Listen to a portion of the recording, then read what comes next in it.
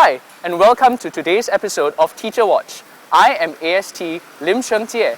Today we're going to be looking at a process called Reciprocal Teaching and how it can be used through the guided reading group in a Singaporean secondary school classroom to teach the English language. We'll be looking at the 4 stages of Reciprocal Teaching through the eyes of Miss Ong from Sangnila Utama Secondary School and her group of remedial students from Sec 2F. Stage 1, Predicting, refers to predicting content based on text structure, be it narrative, expository or instructional. This helps establish motivation for reading and promotes interaction between reader and text, in other words, guessing.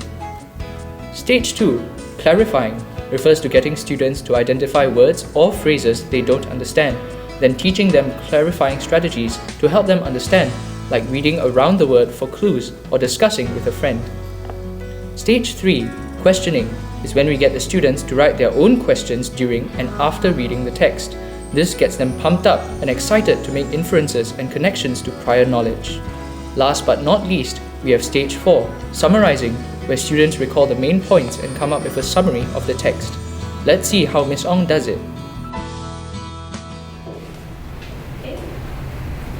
Alright guys, now I want you guys to look at the title, The Shoes of My Sensei. Alright, take some time to read the title of the passage. Can anyone tell me or make any predictions or guesses as to what the passage is about? I've learned Japanese before, so I know that sensei means teacher. So I think it's from Japan. Very good, Brian. Anyone else? Yes, and it's also interesting to know that the shoes are in the title, so maybe the shoes are an important part of the story. Good, Brian and Fiona. Now I'm going to show you the first paragraph of the passage, and after you've read it, tell me if your predictions are confirmed or if you have any new predictions, okay?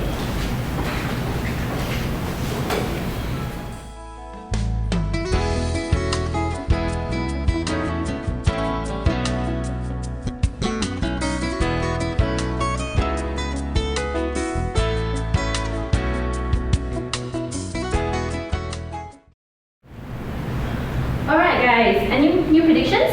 Or were any of the predictions confirmed? My prediction that sensei is a Japanese teacher is confirmed, but the story is not from Japan like I predicted. It's from Singapore, 1945, under the Japanese occupation that we learned about in history. Very good, Brian. My prediction about the shoes is not yet confirmed. Good. Okay, anyone else? From the first paragraph, I think that the passage is going to be a narrative. There's someone telling a story from the first person point of view, and he's using the pronoun I. So we've learned before about the structure of narrative, so I'm going to expect that some sort of complication will arise, after which it will be resolved. That's good. Michael?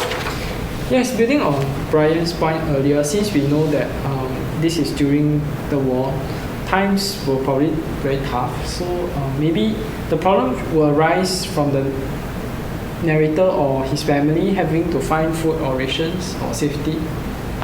Good. Now let's move on to clarifying. I'm going to hand out the passages to you, and I want you to read them and underline or highlight any word that you don't understand or any parts that you might find confusing.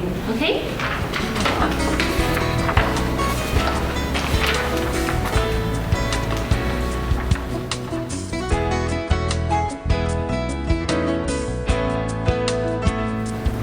Okay guys, look up. Now is everyone done?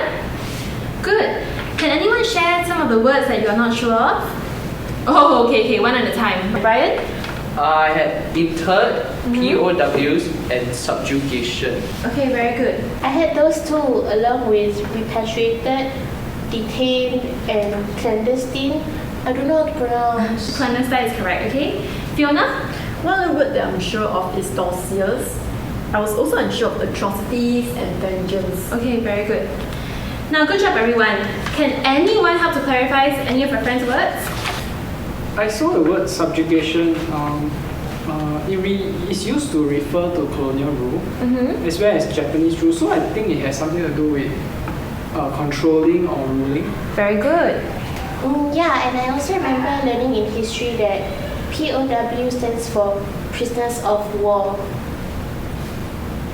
Good. Now I want all of you to use the dictionary in class, or you can use the online dictionary to check the words, okay?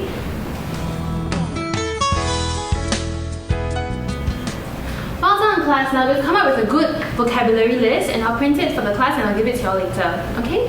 Now let's move on to stage 3, which is questioning.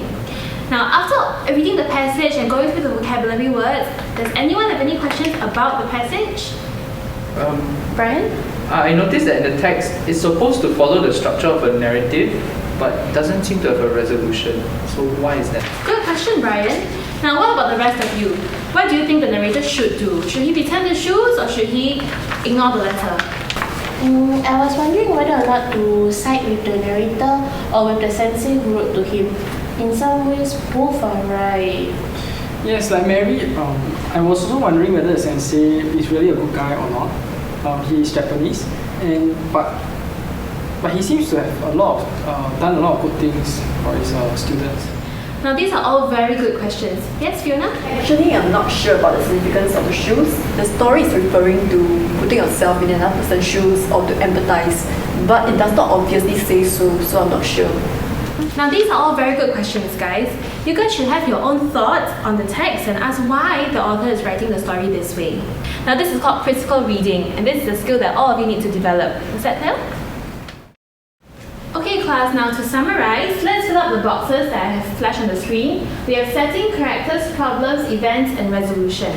Okay, so for setting, Michael, tell me the first one.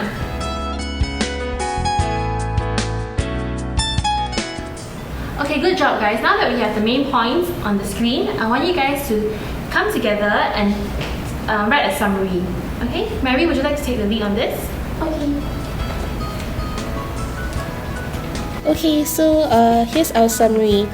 A young Singaporean student during the 1945 Japanese occupation receives a letter from his Japanese teacher who is in POW camp and wonders whether to visit him.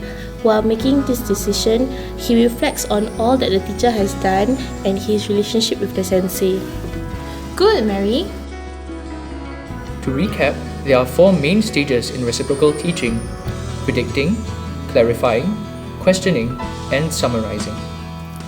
Remember, our end goal is not just to get students to ace their examinations, but also to ensure that they become independent readers.